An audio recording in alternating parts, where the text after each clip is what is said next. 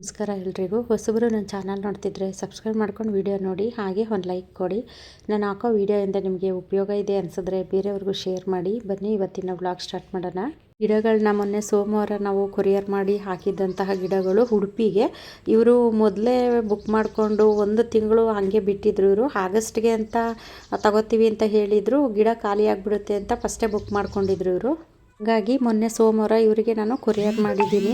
ಅದು ಸೋಮವಾರದ್ದು ವೀಡಿಯೋನು ಹಾಕಿದ್ದೀನಿ ನೋಡಿ. ತುಂಬ ದೊಡ್ಡದು ಕೊರಿಯರ್ ಮಾಡಿದ್ದೀವಿ, ಇದು ಅಂದರೆ ದೊಡ್ಡ ಪ್ಯಾಕ್ ಮಾಡಿದ್ದೀವಿ ಅಂತಲೂ ಹೇಳಿದ್ನಲ್ಲ ನೋಡಿ. ಇವರಿಗೇ 26 ಗಿಡ ಬುಕ್ ಮಾಡ್ಕೊಂಡಿದ್ದಾರೆ. ಉಡುಪಿಗೆ, ಮಂಗಳೂರಿಗೆ ಮತ್ತು ಚಿಕ್ಕಮಂಗ್ಳೂರಿಗೆಲ್ಲ ಒಂದಿನಕ್ಕೇ ಸಿಗುತ್ತೆ. ಈಗೂ ಅಷ್ಟೇ ಒಂದಿನಕ್ಕೇ ಸಿಕ್ಕಿದೆ. ಇದರಲ್ಲಿ ಹೂಗಳು ಸಹ ಬಿಟ್ಟಿದೆ ನೋಡಿ. ಕೆಲವರು ಕೇಳ್ತೀರಾ ಕೊರಿಯರ್ ಮಾಡಿದಾಗ ಗಿಡ ಹಾಳಾಗಲ್ವಾ ಅಂತ ಕೇಳ್ತೀರಲ್ಲ, ನೋಡಿ ನಿಮಗೆ ಉತ್ತರ ಸಿಕ್ತು ಅಂತ ಅಂದ್ಕೊಂಡಿದ್ದೀನಿ. ಇನ್ನು ಇದು ಅಷ್ಟೇ, ಉಡುಪಿಗೆ ಇದು ಪಾಟು ನಾನು ಕಳಿಸಿದ್ದು, ಬಾಕ್ಸಲ್ಲಿ ಹಾಕಿ ಕಳಿಸಿದ್ದೆ ನೋಡಿ. ಸೇಫಾಗಿ ಹೋಗಿ ತಲುಪಿದೆ ಅವರಿಗೆ. ಮತ್ತು ಇನ್ನು ಇವರು ಮಂಗಳೂರವರು, ಅದು ನಾನು ಕಳಿಸಿದ ಗಿಡದಲ್ಲಿ ಹೂವಾಗಿದೆ ಅಂತ ಕಳಿಸಿದ್ದಾರೆ. ಇನ್ನು ಇದು ಹೊಸದಾಗಿ ನನ್ನ ಗಾರ್ಡನಲ್ಲಿ ಹೂ ಬಿಟ್ಟಿರೋ ಅಂಥದ್ದು, ಹಂಗಾಗಿ ಅದನ್ನು ಸ್ವಲ್ಪ ಹಾಕಿದ್ದೀನಿ ವಿಡಿಯೋ. ಇದು ಎಷ್ಟು ಚೆನ್ನಾಗಿದೆ, ಕಲರ್ ಅಂತೂ ತುಂಬಾ ಚೆನ್ನಾಗಿದೆ. ಆ 4 ಗಿಡದಲ್ಲೂ ಎರಡೆರಡು ಹೂವೇನೋ ಬಿಟ್ಟಿತ್ತು ನೋಡಿ. ಎಷ್ಟೊಂದು ಹೂವೆಲ್ಲ ಬಿಟ್ಟಿದೆ, ಹಾಗಾಗಿ ನಾನು ಸ್ವಲ್ಪ ಅದನ್ನು ವಿಡಿಯೋ ಮಾಡಿದ್ದೀನಿ.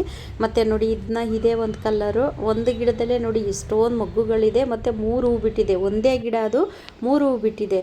ಇವತ್ತು ಸ್ವಲ್ಪ ಹೂವೆಲ್ಲ ಹಾರ್ವೆಸ್ಟ್ ಮಾಡ್ಕೊಂಡಿದ್ದೀನಿ ನೋಡಿ. ಇಷ್ಟೆಲ್ಲ ಹೂವು ಸಿಕ್ಕಿದೆ. ಅಂದರೆ ನಾನು ಸೇವಂತಿಗೆ ಹೂವೆಲ್ಲ ಹೆಚ್ಚು ಹಾರ್ವೆಸ್ಟ್ ಮಾಡಲ್ಲ, ಯಾಕೆಂದರೆ ದಾಸವಾಳನೇ ಸಿಗುತ್ತಲ್ಲ, ಹಾಗಾಗಿ ಸೇವಂತಿಗೆ ಹೂವೇನು ಹಾರ್ವೆಸ್ಟ್ ಮಾಡಿಲ್ಲ.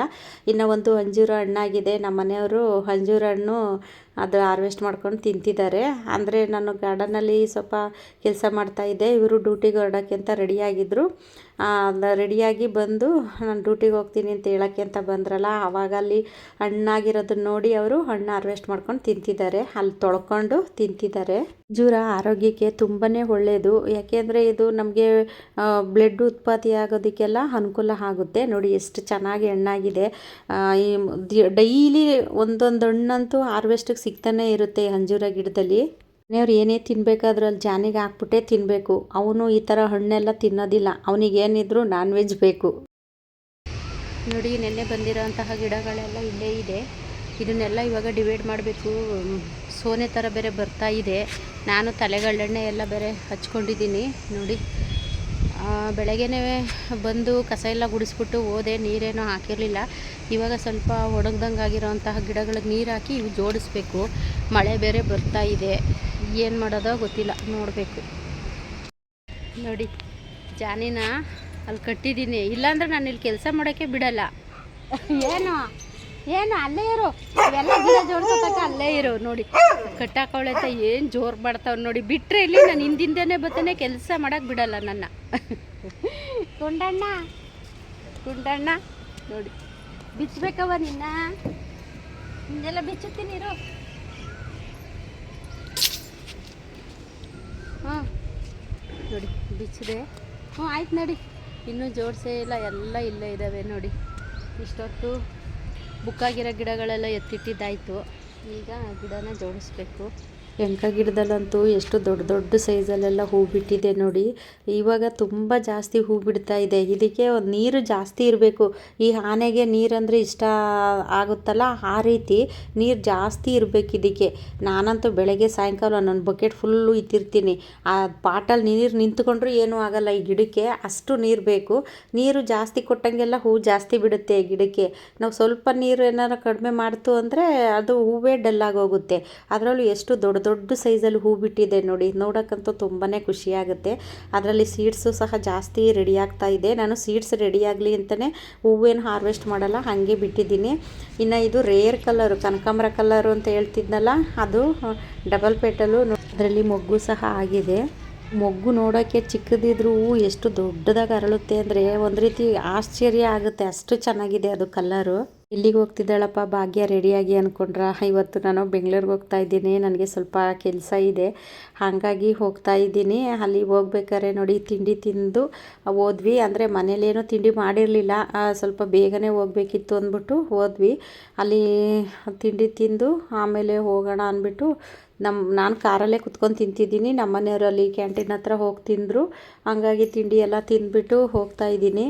ನಾನು ಏನೋ ಅಂದ್ಕೊಂಡು ಹೋದೆ. ನಾನು ಅಂದ್ಕೊಂಡಿದ್ದ ಕೆಲಸ ಕೆಲವೊಂದು ಆಗಲಿಲ್ಲ, ಕೆಲವೊಂದು ಆಯಿತು.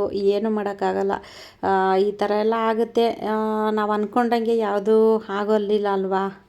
ಸ್ವಲ್ಪ ಶಾಪಿಂಗ್ ಎಲ್ಲ ಮಾಡಿಕೊಂಡು ಸ್ವಲ್ಪ ಮನೇಲಿ ಹಳೆ ಪಾತ್ರೆಗಳೆಲ್ಲ ಇದ್ದು, ಹಾಗಾಗಿ ಅದೆಲ್ಲ ಹಾಕ್ಬಿಟ್ಟು ನಾನು ಇವತ್ತು ಸ್ವಲ್ಪ ಹೊಸ ಕುಕ್ಕರು ಪಾತ್ರೆಗಳು ಎಲ್ಲ ತೊಗೊಬಂದಿದ್ದೀನಿ. ಇವೆಲ್ಲನೂ ತೊಗೊಬಂದು ಒಂದು ವಾರ ಆಗಿದೆ. ನನಗೆ ವೀಡಿಯೋ ಮಾಡೋಕ್ಕೂ ಟೈಮೇ ಇರಲಿಲ್ಲ. ಅದು ಇವತ್ತು ವೀಡಿಯೋ ಮಾಡೋಷ್ಟು ಗಮನವೂ ಇರಲಿಲ್ಲ. ದೋಸೆ ಮಾಡೋಕ್ಕೆ ಅಂತ ತವ ಇರಲಿಲ್ಲ. ಆ ತವನೂ ಹಾಕಿ ಹಳೆದೆಲ್ಲ ಹಾಕ್ಬಿಟ್ಟು ಹೊಸ ತೊಗೊಬಂದಿದ್ನಲ್ಲ, ಆ ತವ ಬೇಕಲ್ಲ, ತವ ತಗೊಳೋದಕ್ಕೋಸ್ಕರ ಅದು ವೀಡಿಯೋ ಮಾಡಿದೆ ಅಷ್ಟೇ. ಅಂದರೆ ಟೈಮೇ ಇರೋದಿಲ್ಲ ನನಗೆ, ವೀಡಿಯೋ ಮಾಡೋಕ್ಕೆಲ್ಲ ಟೈಮೇ ಇರೋದಿಲ್ಲ. ಕೆಲವೊಂದು ವೀಡಿಯೋ ಮಾಡಿರ್ತೀನಿ, ಕೆಲವೊಂದು ವೀಡಿಯೋ ಮಾಡೋಕ್ಕೆ ಅದು ನೆನಪೇ ಆಗಿರೋದಿಲ್ಲ. ನೋಡಿ, ಇದು ತವ ತುಂಬ ವೆಯ್ಟ್ ಇದೆ, ಚೆನ್ನಾಗಿದೆ ಇದು. ಹಾಗಾಗಿ ನಾನು ಇದನ್ನು ಸ್ವಲ್ಪ ದೊಡ್ಡದಾಗಿರೋ ಅಂಥದ್ದನ್ನೇ ತಗೊಂಡಿದ್ದೀನಿ. ನನ್ನಂತೂ ಜಾನಿ ವೀಡಿಯೋ ಮಾಡೋಕ್ಕೆ ಬಿಡಲ್ಲ ಅಂತ. ಇಲ್ಲಿ ನೋಡಿ, ಸ್ವಲ್ಪ ಕುಕ್ಕರ್ಗಳೆಲ್ಲ ತಂದಿದ್ವಲ್ಲ, ಅದೆಲ್ಲ ನೋಡಿ. ಕುಕ್ಕರು, ಸ್ವಲ್ಪ ಗಮ್ ಟೇಪು, 2 ಲೀಟ್ರದೊಂದು ಮತ್ತು 3 ಲೀಟ್ರದೊಂದು, 5 ಲೀಟ್ರದೊಂದು, ಇಷ್ಟು 3 ಕುಕ್ಕರ್ನ ತೊಗೊಂಡಿದ್ದೀನಿ. ಯಾಕೆಂದರೆ ಫಸ್ಟ್ ಇದ್ದಿದ್ದ ಕುಕ್ಕರ್ಗಳೆಲ್ಲ ತುಂಬ ಹಳೆವಾಗಿದೆ. ನಾನು ಅದು ರಿಪೇರಿ ಮಾಡ್ಸೋಕ್ಕೆ ತಗೊಂಡೋದಾಗೆಲ್ಲ ನನಗೆ ಅಂಗಡಿಯವರು ಹೊಸ ತಗೊಳ್ಳಿ ಮೇಡಮ್, ಎಷ್ಟೊತ್ತಿ ರಿಪೇರಿ ಮಾಡಿಸ್ತೀರಾ ಅಂತಲೇ ಇದ್ದರು. ಹಂಗಾಗಿ ಇವತ್ತು 3 ಕುಕ್ಕರ್ ತೊಗೊಬಂದಿದ್ದೀನಿ. ಸ್ವಲ್ಪ ಮನೇಲಿ ಹಳೆ ಪಾತ್ರೆಗಳೆಲ್ಲ ಅದೊಂದು ಚೀಲದೆಲ್ಲ ಕಟ್ಟಿಟ್ಟಿದ್ದೆ, ಅದು ವೀಡಿಯೋ ಮಾಡೋದೇ ಮರ್ತೋಯ್ತು. ಅವಾಗ ಅರ್ಜೆಂಟಲ್ಲಿ ಮರ್ತೋಯ್ತು ಅದನ್ನು. ಹಾಗಾಗಿ ಹಳೆ ಪಾತ್ರೆ ಎಲ್ಲ ಹಾಕ್ಬಿಟ್ಟು ನಾನಿವತ್ತು ಸ್ವಲ್ಪ ಕುಕ್ಕರ್ಗಳು ಮತ್ತು ಇನ್ನು ತವ, ಸ್ವಲ್ಪ ಚಿಕ್ಕ ಚಿಕ್ಕ ಪಾತ್ರೆಗಳು ಅದೆಲ್ಲ ತೊಗೊಬಂದಿದ್ದೀನಿ. ಕುಕ್ಕರ್ಗಳನ್ನ ನಾವು ಯಾವ ರೀತಿ ಯೂಸ್ ಮಾಡ್ತೀವೋ ಅದ್ರ ಮೇಲೆ ಅದು ಬಾಳಿಕೆ ಬರುತ್ತೆ. ನಾನು ಕುಕ್ಕರ್ಗಳನ್ನ ತಗೊಂಡು ಸುಮಾರು ವರ್ಷನೇ ಆಯಿತು. ಒಂದು 3-4 ವರ್ಷನೇ ಆಗಿರ್ಬೋದೇನೋ, ಇನ್ನೂ ಜಾಸ್ತಿನೇ ಆಗಿರ್ಬೋದು, ನೆನಪಿಲ್ಲ. ಅಂದರೆ ಇವಾಗೇ ತಗೋತಾ ಇರೋದು ನಾನು ಕುಕ್ಕರ್ಗಳು. ಅಂದರೆ ಸುಮಾರು ವರ್ಷನೇ ಆಯಿತು ತಗೊಂಡು. ಈ ಕುಕ್ಕರಲ್ಲಿ ಏನು ಮಿಸ್ಟೇಕ್ ಆಗುತ್ತೆ ಅಂದರೆ ಜಾಸ್ತಿ ರಬ್ಬರ್ ಹೋಗುತ್ತೆ, ಅದು ವಿಸಿಲ್ ಹೋಗುತ್ತೆ ಅಷ್ಟೇ. ಅಷ್ಟು ಬಿಟ್ಟರೆ ಬೇರೆ ಇನ್ನೇನು ಸಮಸ್ಯೆ ಆಗೋದಿಲ್ಲ. ಇದು ಜಾನಿ ಅಂತೂ ನೋಡಿ ಏನು ರೋಸ್ತಾನೆ, ಈ ವಿಡಿಯೋ ಮಾಡೋಕ್ಕೆ ಬಿಡಲ್ಲ ಅವನು. ನೋಡಿ ಇದಿಷ್ಟು ಇವತ್ತು. ಮತ್ತು ಇದ್ರ ಜೊತೆಗೆ ನೋಡಿ ಇವೆಲ್ಲ ತಂದಿದ್ದೀವಿ.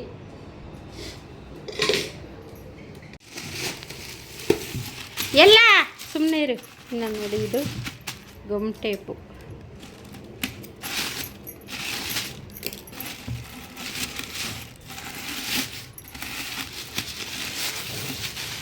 ನೋಡಿ ಇದು ಕಾಕಿದು. ಇನ್ನು ಇದು ವೈಟು ನೋಡಿ.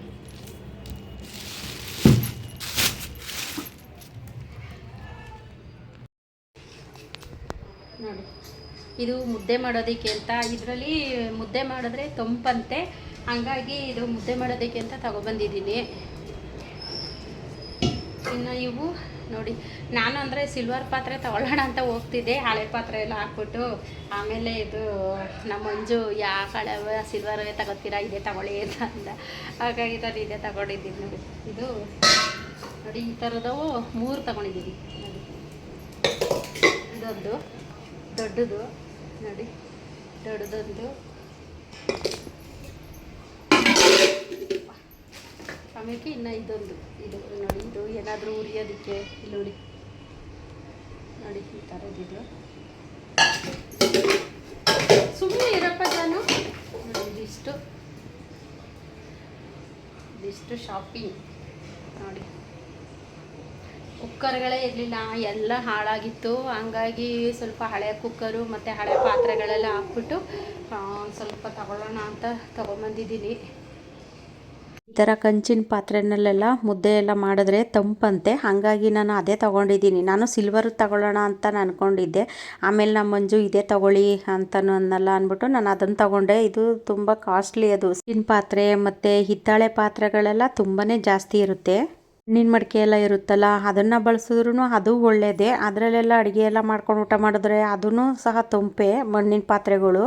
ಕಂಚಿನ ಪಾತ್ರೆನ ತೊಗೊಂಬಂದರೆ ಅದು ತಂದಿದ ತಕ್ಷಣವೇ ಇದರಲ್ಲಿ ಮುದ್ದೆ ಮಾಡೋಂಗಿಲ್ಲ, ಯಾಕೆಂದರೆ ಅದು ಒಂಥರ ಸ್ಮೆಲ್ ಬರ್ತಾ ಇರುತ್ತೆ. ಹಾಗಾಗಿ ಅದನ್ನು ಒಂದು 3 ದಿನ ನೀರಲ್ಲಿ ನೆನೆಸಿಟ್ಟು ಆಮೇಲೆ ಅದರಲ್ಲಿ ನಾವು ಮುದ್ದೆ ಆದರೂ ಮಾಡ್ಬೋದು ಅಥವಾ ಸಾಂಬಾರು ಏನೇ ಆದ್ರೂ ಅದನ್ನು ಬಳಸ್ಬೋದು. ಆ ನೀರನ್ನ ಗಿಡಗಳಿಗೆ ಹಾಕಿದ್ರೂ ತುಂಬಾ ಒಳ್ಳೆಯದು. ಹಿಂಗೂ ಅದರಲ್ಲಿ ನೀರು ತುಂಬಿಸಿಕ್ಕಿರ್ತೀವಿ, ಆ ನೀರನ್ನ ಸುಮ್ಮನೆ ವೇಸ್ಟ್ ಅಂತ ಯಾಕೆ ಆಚೆಗೆ ಚೆಲ್ಲಬೇಕು, ಅದನ್ನು ಗಿಡಗಳಿಗೆ ಹಾಕಿದ್ರೂ ಗಿಡದ ಬೆಳವಣಿಗೆನೂ ಹೆಚ್ಚಾಗುತ್ತಲ್ವ. ಹಂಗಾಗಿ ನಾನು ತುಂಬಿಟ್ಟಿದ್ದಂಥ ನೀರನ್ನು ಸಹ ಗಿಡಗಳಿಗೆ ಹಾಕಿರ್ತೀನಿ. ಸ್ವಲ್ಪ ಗಮ್ ಟೇಪು ಇದೆಲ್ಲನೂ ತೊಗೊಂಬಂದಿದ್ದೀನಿ, ಕುಕ್ಕರು, ಸ್ವಲ್ಪ ಪಾತ್ರೆಗಳು ಮತ್ತು ಗಮ್ ಟೇಪು ಮೇನ್ ಬೇಕಾಗಿದ್ದು ನನಗೆ ಗಮ್ ಟೇಪ್ಗಳು. ಹಾಗಾಗಿ ಗಮ್ ಟೇಪ್ ಎಲ್ಲ ಒಂದು 4-5 ರೋಲೆಲ್ಲ ತೊಗೊಂಬಂದಿದ್ದೀನಿ.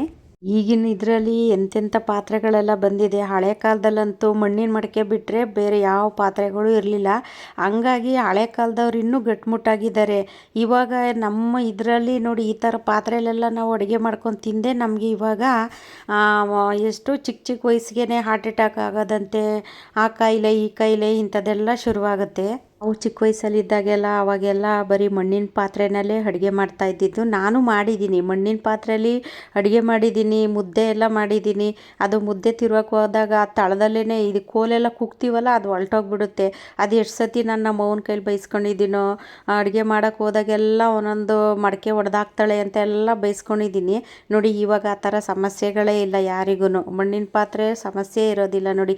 ಆದರೂ ಮಣ್ಣಿನ ಪಾತ್ರೆನೇ ಬೆಸ್ಟು, ಆರೋಗ್ಯಕ್ಕೆ ತುಂಬಾ ಒಳ್ಳೆಯದು. ಮುಂದಿನ ವಿಡಿಯೋದಲ್ಲಿ ಸಿಗ್ತೀನಿ. ಎಲ್ರಿಗೂ ಧನ್ಯವಾದಗಳು.